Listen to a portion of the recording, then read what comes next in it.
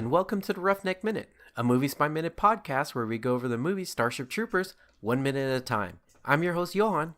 And I'm your host, Matthew. And we have our final day with our guest. Hi, I'm Alex Thompson from Galaxy Quest Minute. And we are going over minute 107. It starts with Xander trying to map an emergency landing zone and ends with Xander again counting down the ignition of the retro rocket. Now, this is our final episode of the week that we have you here, and we do want to ask the two questions we always ask our guests. Carmen, pro or con? Neutral. I do kind of lean a little bit towards the thing I somewhat jokingly said on Monday, that I think we're sort of meant to think of her as a little more villainous than she is, just because the morality is coming from Johnny's point of view. But neutral, I guess, is my take on her. All right. You heard it here, folks. The first non-negative Carmen vote. My gut says maybe. Yeah, exactly. What takes it for someone to be so neutral? Power? Money? If I don't make it through this, tell my wife I said hello. Hello. I have no opinion one way or the other. Sir, it's a beige alert. God, I love that show. Yeah, it's one of my favorites. And the other question, which we've asked every other guest, what was your first on-screen nudity? So the first one I can remember, I think, because I know before we began, you guys talked a little bit about seeing like Species in theater, and I'm a couple years younger than you guys, so I missed that generation. I think it was Titanic. Yeah, see, I didn't see Titanic in theater. Same with Species. No, I saw Titanic in theaters because my parents didn't take me to things that would have had nudity. I think at that point, because Titanic, I would have been 9 more or less, because I was 97 and I was born in 88, so I was about to turn 9 if my math is right. So at that point, I hadn't been to anything where, that would have accidentally happened, like Terminator or anything like that. So it basically, my only other option would have been seeing it on someone's TV, accidentally while I'm in the room or something. But I think it was Titanic. That's a great one. I mean, I gotta admit,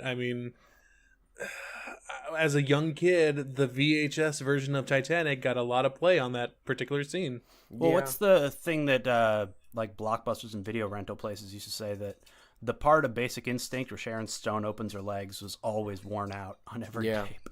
Yep. You don't see that much anyway. Then again, this is early 90s. I don't know if you had to worry about it, but internet back in the day sucked. No, I am still old enough that I remember the scrambled porn days. So okay. I think I just barely hit that age range. Oh, okay. I got to ask this because you're not in California. Johan and I are both in California. Mm-hmm. You're not in California. No. Did you ever, this is going to go beyond, Starship Troopers, but kind of goes in the vein of the nudity or the first time nudity. But did you ever find any kind of like porn mags in the forest or anything like that? No, I've heard stories about that, but I've never found them. But my dad used to have a subscription to Playboy, so I didn't have much interest in them until, because I was a wrestling fan when I was younger, and then Sable's in Playboy. Let me check this out. Yeah, because it was Sable, right? It was Sable. It was Sable, and then I think Sable would have been in 98, or no, Sable would have been, I think, in 99. Either late 98 or early 99, and then China would have been in 2000 somewhere in there. And then after that, I know Tori Wilson was in there in early 2000s, and then after that, I can't keep track of it, because then a lot of the divas were in there. But yeah, China needs to be inducted to the Hall of Fame. She deserves it. She really does. Yeah, it's,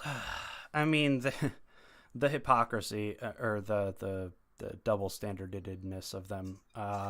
They claim that, it's because of what she's done. She was in pornography and so on. And it's like, really, you've got people in there who've done way worse. It's because she was dating Triple H, and Yeah. then Yeah. not, you know, They don't want to retire or don't want to include her, especially with the background that she has, because also she was with Triple H.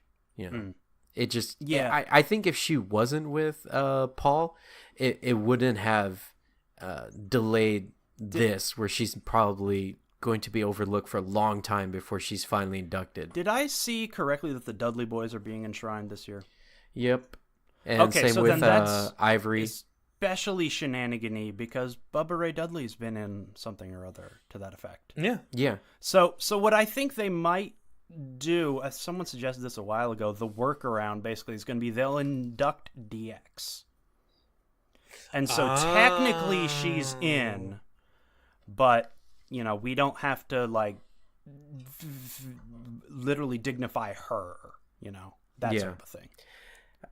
I don't know. I just... But, it's, yeah. If they could... Especially with what's come up with the Fabulous Moolah. Oh, yeah. If she got inducted, like, you've got to induct China. Well, at this point, though, their Hall of Fame isn't a physical place, as far as I know. Although there's always talks about they want to try to make something like that. But What are you talking about? Seth Rollins burned it down in that commercial. yeah, okay, that's fair. But it's a fact of being honored. Yeah, if it's not a physical play, it's one thing. Like if you're the Football Hall of Fame, which has a physical place where your people are enshrined and honored for all time.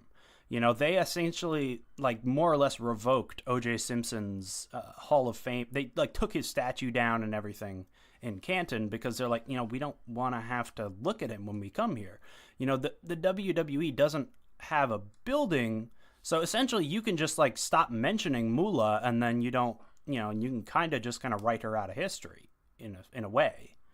You know, you don't have to, it's not like you've even got a statue or a plaque you've got to take down. Yeah, that's true. I mean, I don't know. It's a good thing they renamed the Battle Royale.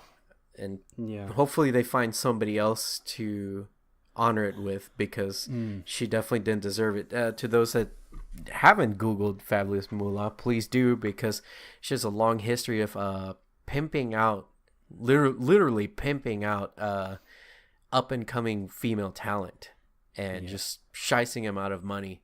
Like, she was not... She was about the money, but she wasn't about being fabulous, so to speak. No, you can say she's not a good person, but honestly, most of the wrestlers back then... wrestling has its origins in the carny circuit, so... Yeah, I mean, I don't like how they did... I talked to Johan about this earlier, or a couple episodes ago, a long time ago, actually, about how they've kind of, like, made Warrior, like, this thing for cancer, when Warrior was, like, the worst, almost worst human being ever. Yeah, he was a complete piece of poop. Yeah. Go ahead and curse, man. I got the medic button. But I think it was just a thing to honor someone for fighting so hard. And because of everything that came out with, like, Dina and everything like that, it was just something to honor the family with, but not necessarily to honor him, because I thought it was something that he wanted when he, you know, sort of the terms of him coming back into good graces with them was that he wanted this thing to exist, this award. Maybe, but remember, he did sue the WWF at the time for the name The Warrior. So I know that, but when he eventually, because he eventually came back into the good graces, like right before, like he got back into the good graces, went to the Hall of Fame, and then died like right after. Oh yeah. But it's just weird that they named something out of a name that they got sued for. Yeah. So you can't. That suit doesn't continue if you're dead. Yeah, I know, but it's just. Yeah. But then you bring in the family, and it's like, hey, we're like. We're honoring him with a name that we believe was stolen from us, or you believe was stolen from you. It just makes it real weird, and then they use the name for that. But I think it just has something to do with the wife as well, because I think she's a survivor, so I think that lays in the lines of like why the name is the way it is, with Connor's cure and everything. So I don't know. I'd honestly have to look it up. I'm surprised, honestly, you didn't say that Miss Kitty was your first on-screen nudity. No, well, no, Miss Kitty would have been Armageddon 99. Yeah. Titanic was 97. Oh, that's right. No, I thought about that because I was originally going to say I can't think of a movie, but I know Sable. But then even Sable would have been either late 98 or early 99, so. Mm-hmm. Yeah. So, I don't know. The thing I have with bad feelings about Titanic is that I graduated in 98. So it's one of the things where every school function was named after something with Titanic. It was so horrible. Yeah, and I think I was just like barely in that demographic where all the girls were all over Leo. Like, so I was turning 9 around the time of Titanic, so just barely in that age range where Titanic was like where Leo mania was a thing. I liked him so much in that version of Romeo and Juliet that I just really didn't care. Oh, the Baz Luhrmann's Romeo plus Juliet. That was actually really good. It was super good. So I was like all on that, and I'm like, oh, okay, he's gonna play love interest. That's cool. Yeah, whatever. And Claire Danes was in it when she was still in the high of My So-Called Life, and she was super pretty. Yeah. I mean, she's still super pretty. Even she's still pretty in Stardust. Mm-hmm. Which I always reference about because there's a other huge TV trope of the cutting hair to signify maturity and echelons of being a hero, and instead they grow the hair out. So, anyways, Starship Troopers. Yay! I'm glad we made a complete circle because we started with Titanic, looped around to wrestling, went back to Titanic, and now back to our movie. Yeah. And now back to a regularly scheduled program. Yeah, it feels like this actual show is the tangent of whatever it is we talk about. Man, I mean, it started on Galaxy Quest, but it just continues on, man. But it's okay because we do it to each other. Yeah. So, like I said in the last minute, you see him kind of working on the flat screen monitor, or what looks like a flat screen, because it doesn't look like a CRT. No, I mean, these probably were like really late '90s flat screen monitors. They did have them, but they were really, really dumb in really dumb aspect ratios, like complete and perfect squares. So they probably did have them for like this tiny little thing. Yeah. Why is the aspect ratio of flat screen monitors what it is? Do we know that? So beforehand, you mean like right now, how they're like 16:9? Or that 2:3:5:1 or whatever it is. Why is that what it is? Why is that what we've landed on? Man, I don't know. I mean, I think it was because it was letterboxing at first, and then we got to widescreen, and then widescreen pretty much changed everything. Like if you go back to like a movie that is not widescreen anymore, you look like you're missing out on so much. Yeah. Like I've seen a bunch of other movies that kind of don't fill up the space. I just recently got a 4K TV. Actually, early in the year, I got a 4K TV, and some of the stuff that is not shot in like 4K, I'm like, oh, I'm missing out. This is dumb. It's kind of the same with standard def. Lower aspect ratio as well too. If you don't have that, at least a little bit of letterboxing, it just looks weird now. Yeah. Like even going back to I watch a lot of old Mystery Science Theaters, and those are all in standard aspect ratio as well too. It's weird just watching it. It's odd. I think you're just so used to the new aspect ratio. Like when it came in, when DVDs came through, I think DVDs is what happened. What did it? When you first started getting, DVD releases of like Ben-Hur and The Matrix and everything. So around like late 90s, early 2000s is when it started changing. Don't know why though, but I mean, I'm pretty sure it was DVDs that did it. Okay, so I found this article. I'm going to try to summarize through it as I'm reading it here. So the original 4.3, the physical from Wikipedia, the article citing Wikipedia story starts with Thomas Edison in 1892. The physical size of the film area between the sprocket perforations determines the image's size. The universal standard, established by William Dixon and Thomas Edison in 1892, is a frame that is 4 perforations high. The film itself is 35 millimeters wide, leaving the de facto ratio of 4:3. This standard was created because 4:3 mimics the human eye's field of view, 155 degrees horizontal by 120 vertical. When cinema attendance dropped, Hollywood created widescreen aspect ratios in order to differentiate the film industry from TV, such as the 1:85 to 1, which I think 1:85 is 1:85 to 1, or is that 16:9? Or no, 2:35 to 1 is 16:9. This new deviation from the standard aspect ratio created in its wake multiple new ratios and new forms of film stock to shoot, in effect negating a standard aspect ratio, making it very difficult for any one ratio to take precedence. Blah blah blah 235 is the easiest way to sort of fit all the other aspect ratios into one. That's the history of that. I can send you guys the article if you want to link to it or care. I'd love it, actually. Yeah, go for it, man. Because I tried to buzz through that so we didn't have to listen to me just read. No. I mean, like, I'm going off of like dumb stuff that I know from other things, and I mean that's great. Yeah, I mean the 4:3 one totally makes sense to me, but yeah, it sounds like basically Hollywood went away from 4:3 because people weren't coming to the theaters enough because they had television, so they tried to make it special by making it wider, and then it sounds like they couldn't get themselves to standardize on one wider, so 16:9. Yeah. Well, it makes sense that jerk Thomas Edison did it. Yeah, that does make a lot of sense. All right, Starship Troopers? Yeah, I know. Yeah. They were on those CRT monitors. Xander plotted a course for Carmen to make a landing, and he asked if she can do it. She says she can because she's one crazy pilot, as they've mentioned before in previous episodes. Yeah, I know. Yeah, I know. It's a very heavy-handed foreshadowing of who is going to arrive. Yeah. So she seems to be dodging a couple of the random lights and everything. And Ace is the first one to get the call that the Roger Young is burning up.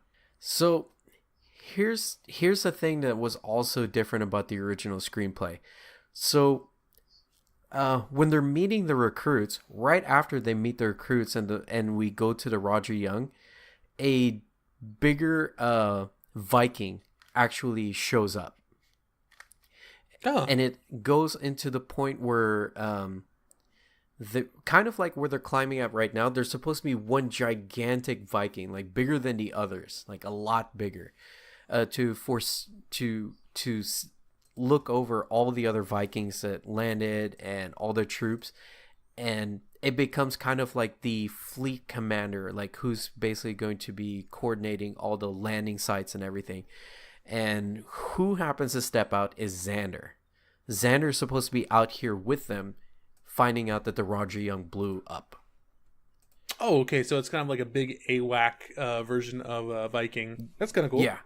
So it's standing there, and right before they start to move out, and also where they're being introduced to the troops, because the introduction of the troops is a little bit after we find out what's going on with the Roger Young. Like they see that the bugs are attacking, and then they're like, okay, let's go. And then the Roger Young gets attacked.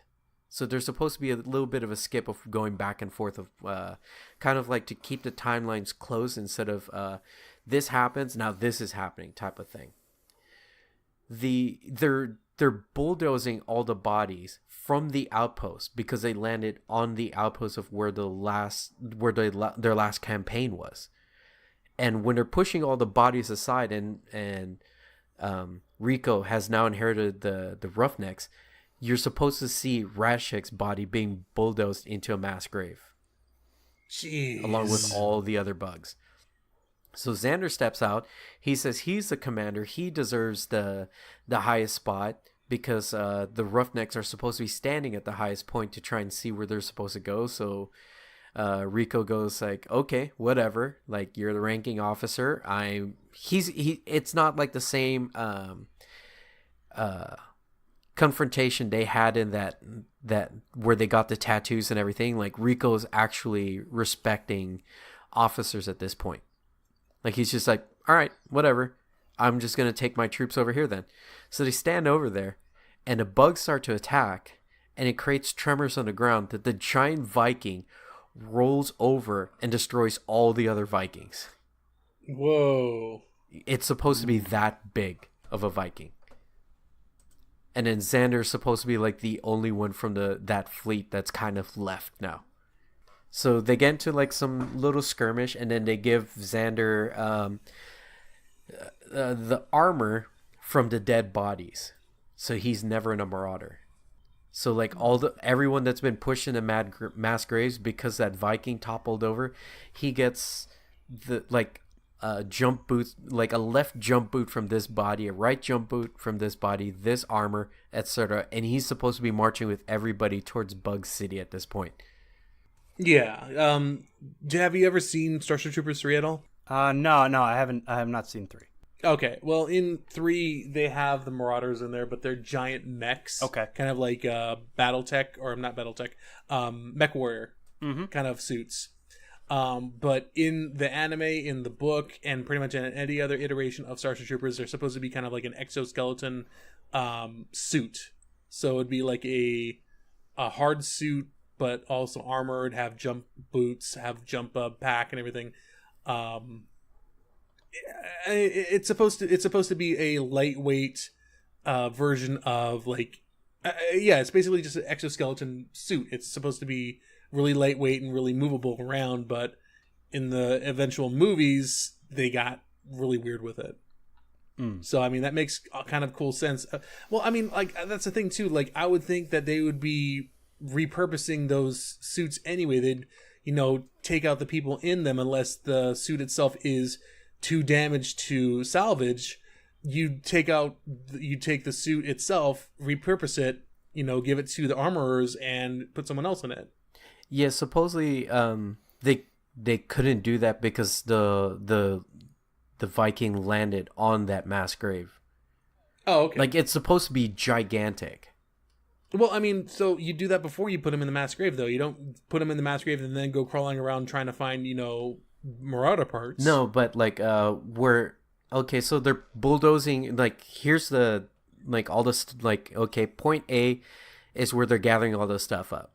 They put all the dead bodies on point B, which might be like a few feet away, and then they start pushing them all in with a big bulldozer.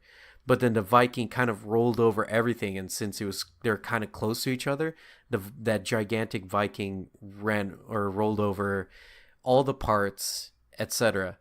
And the only things that they can get to are some of the dead bodies that they already removed from the Marauders. Gotcha. Okay.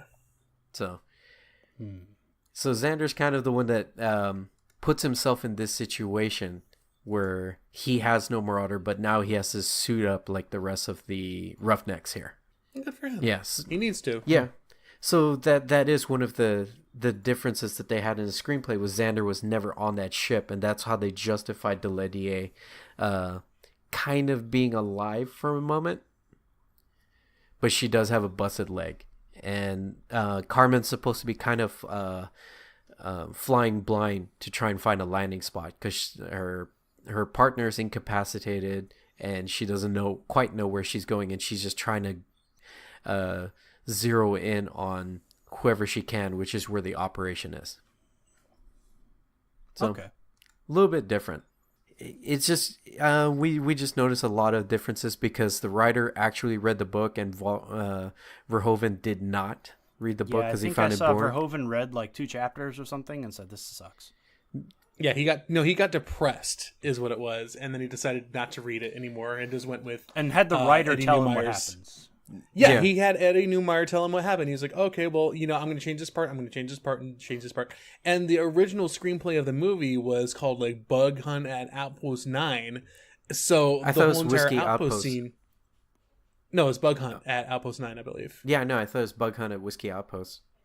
Oh, I don't know. it was one of those things, but the whole entire Outpost scene was the original plot for the movie, or it was the original, kind of Climax. going off point of the movie. Yeah. So it was weird that I don't know. I think it's Verhoeven's kind of thing, because I don't know if he even read Total Recall. I doubt it. I doubt it. Because the new movie's supposed to be closer to the book, and it's completely different than the Verhoeven one. Well, so I know with this one, Verhoeven was reading it and was immediately like, oh, this is right-wing trash. I don't feel like reading this. So, I don't know. I think he already had it envisioned of what he wanted to do versus how the script was going to be done. That when the script came out, he adapted the script to his vision of what he just wanted to do with a war movie. And exactly. Yeah, and then when he saw the script, he was like, "Oh, this wasn't at all what I wanted. I'll just keep some of the stuff I wanted," and then he did, and that's why it's just. There's a lot of points where like the screenplay is just completely different. It follows the same vein. Like maybe they're both together, like okay, and they're gonna do this, and oh, this thing is gonna happen too. But then like as far as like actual delivery,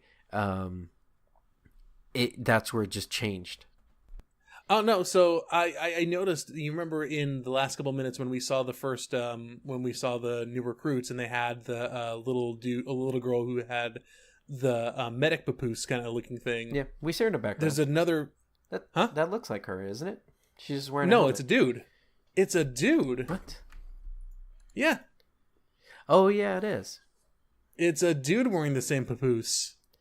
So there's more than. So I think more than one medic in a group. I'm guessing maybe that if they have if it's because we don't see many medics on the field like ever. The only medics that we actually saw at the beginning of the movie or throughout the movie were the medics on the boot camp. Yeah. They didn't have the medical. They didn't have the combat papoose or anything like that. I'm pretty sure that's not what it is, but I'm calling it that because it has a little punch on the front. So.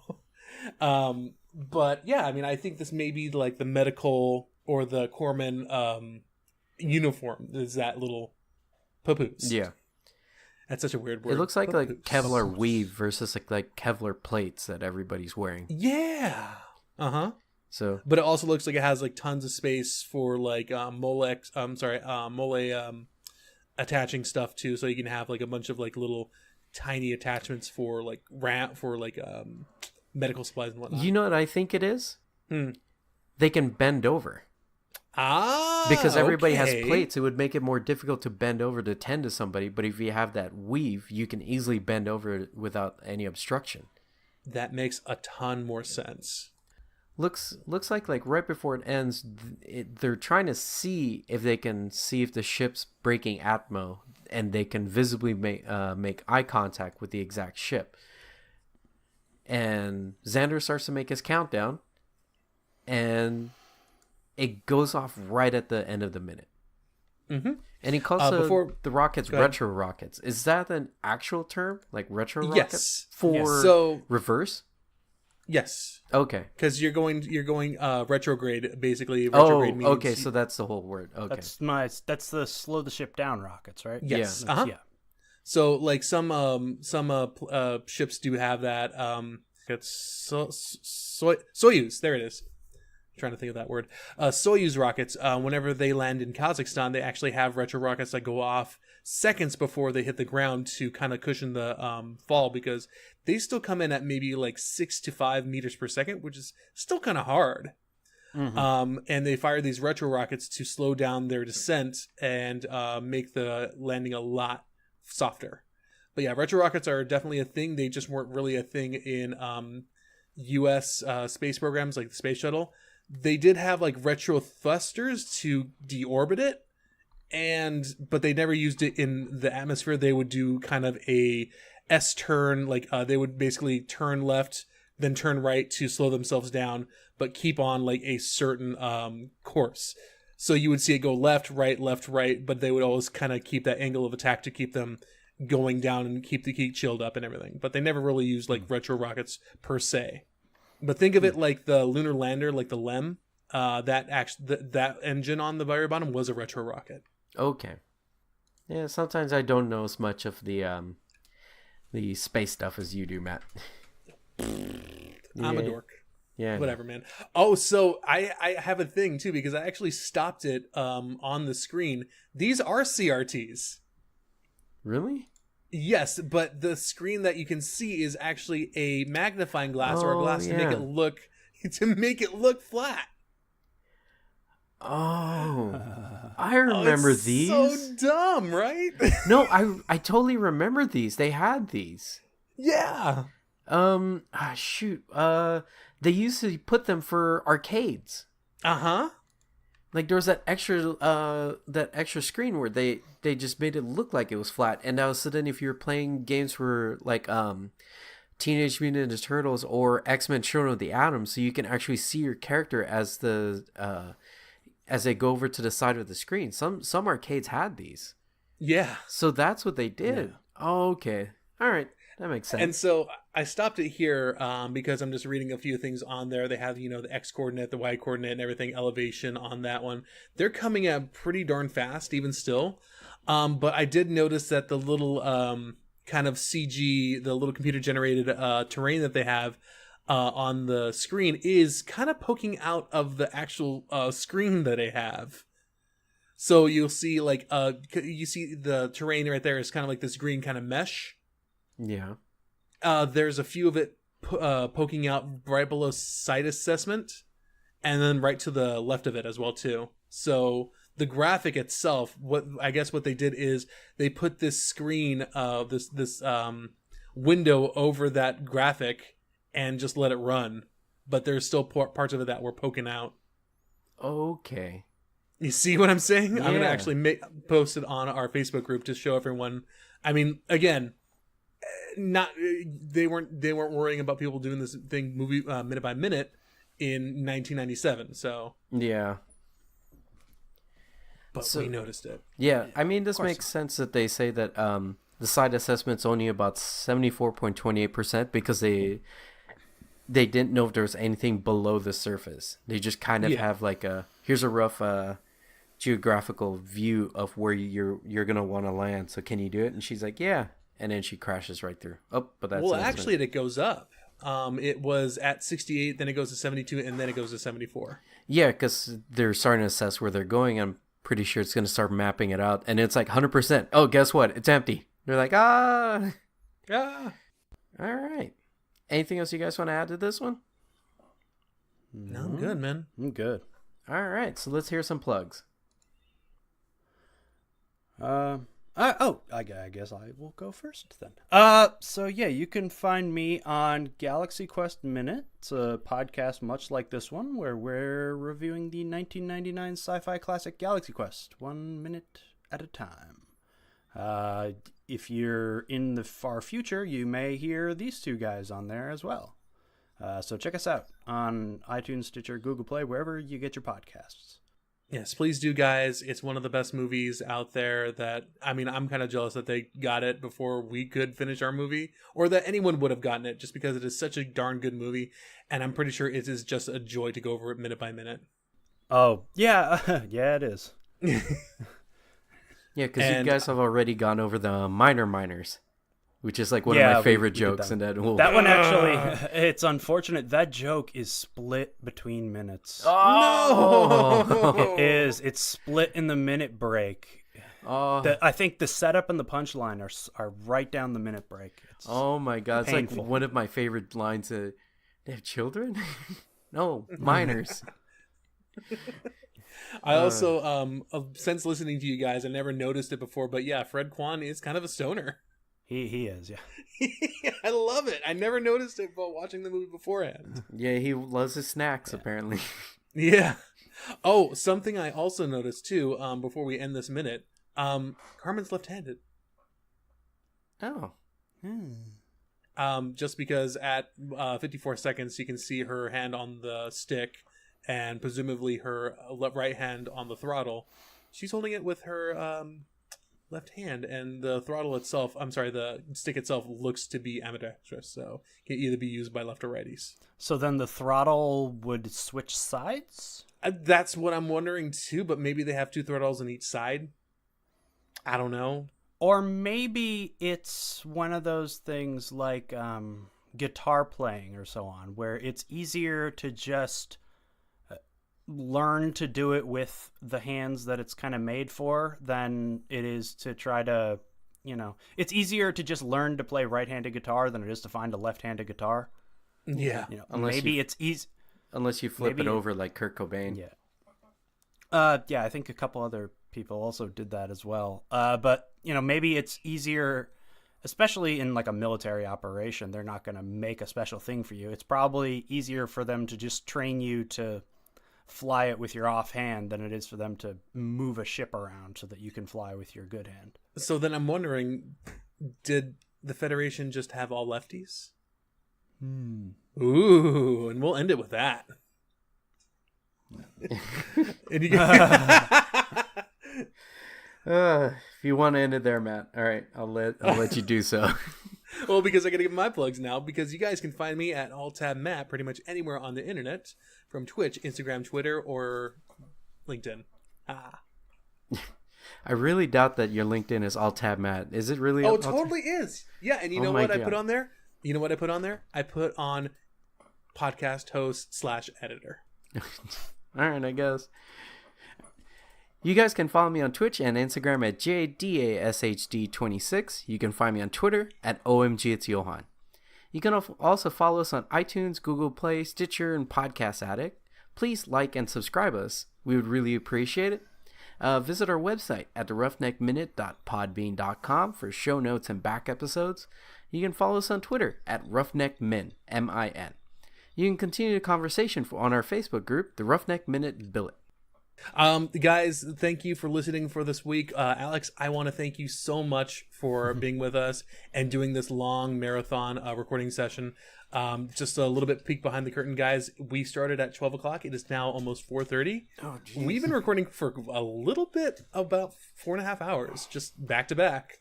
And I want to thank you for sticking with us, man. It was a blast, and we enjoyed having you. Yeah, thanks. Thanks for having me on. Thanks for coming on our show. A few minutes ago, a couple hours ago, / a couple weeks in the future. Yeah. And yeah. Oh, no, I got to thank Matt for that as well, because I've been telling him how I wanted to be on your guys' show, because I love Galaxy Quest so much. And then he just sent me a message like, "Oh, we got minutes." And I was like, "Yes." And I was super happy about that. But yeah. Thanks so much for having us on, guys. It was fun. I've been your host, Matthew. And I've been your host, Johan. And I've been Alex. See you on the bounce, troopers.